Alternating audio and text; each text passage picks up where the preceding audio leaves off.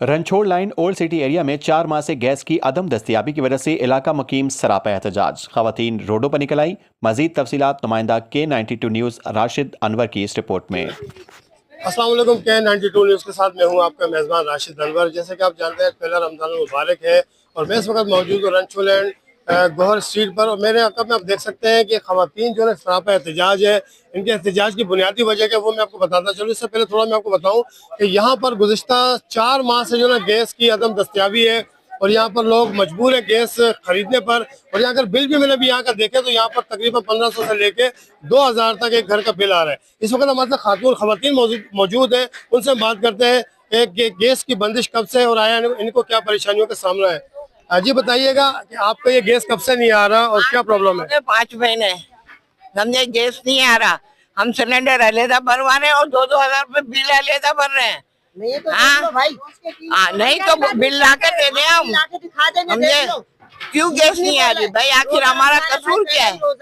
अच्छा मुझे बताएं, मुझे अब ये बताएं कि आपने इसकी कोई कंप्लेन करवाई मुतलका इदारों में जाके? आदमी बेचारे जा जाके करवाते। अब हम गरीब आदमी क्या करें? आप बताए, गैस अलग भरे, सिलेंडर अलग भरवाए और कमाने वाले रोज हमारे। अब क्या करें? आप ही बताएं। तो यहाँ की जो इंतजामिया है, चेयरमैन वाइस चेयरमैन जो आपके MN MPs है, उनके पास आप लोग गए, उन्होंने क्या कहा? सब मर गए, सब हो गए। बस हाँ आ जाएगी बस यही हो रहा है। तसल्ली दे रहे खाली बस कि आ जाएंगी। अब क्या करें आप बताएं भाई, इस रमजान महीने में हम बोले पूरे पाकिस्तान में गैस नहीं है तो हम कहाँ से आप लोग को गैस दें? यहाँ पर एक जहाँ के रिहायशी और मौजूद उनसे हम जानते हैं कि इनका कहना है कि उन्होंने काफी 12 कंप्लेन भी कराई लेकिन कोई सुनवाई नहीं। इनसे पूछते हैं आप कंप्लेन कराने गए, उन्होंने आपको क्या बोला? भाईजान वो ये कहना है पीछे काम हो रहा है, पीछे काम हो रहा है, बस यही लॉलीपॉप मिलता है हम लोगों को ना। पीछे काम हो रहा है, काम सही हो जाएगा, आपकी गैस बहाल हो जाएगी। गैस नहीं आता, ये लेडीज हमारी सारी बिल्डिंग की रहती है, हमारे मोहल्ले की, पूरे मोहल्ले में गैस नहीं आ रहा।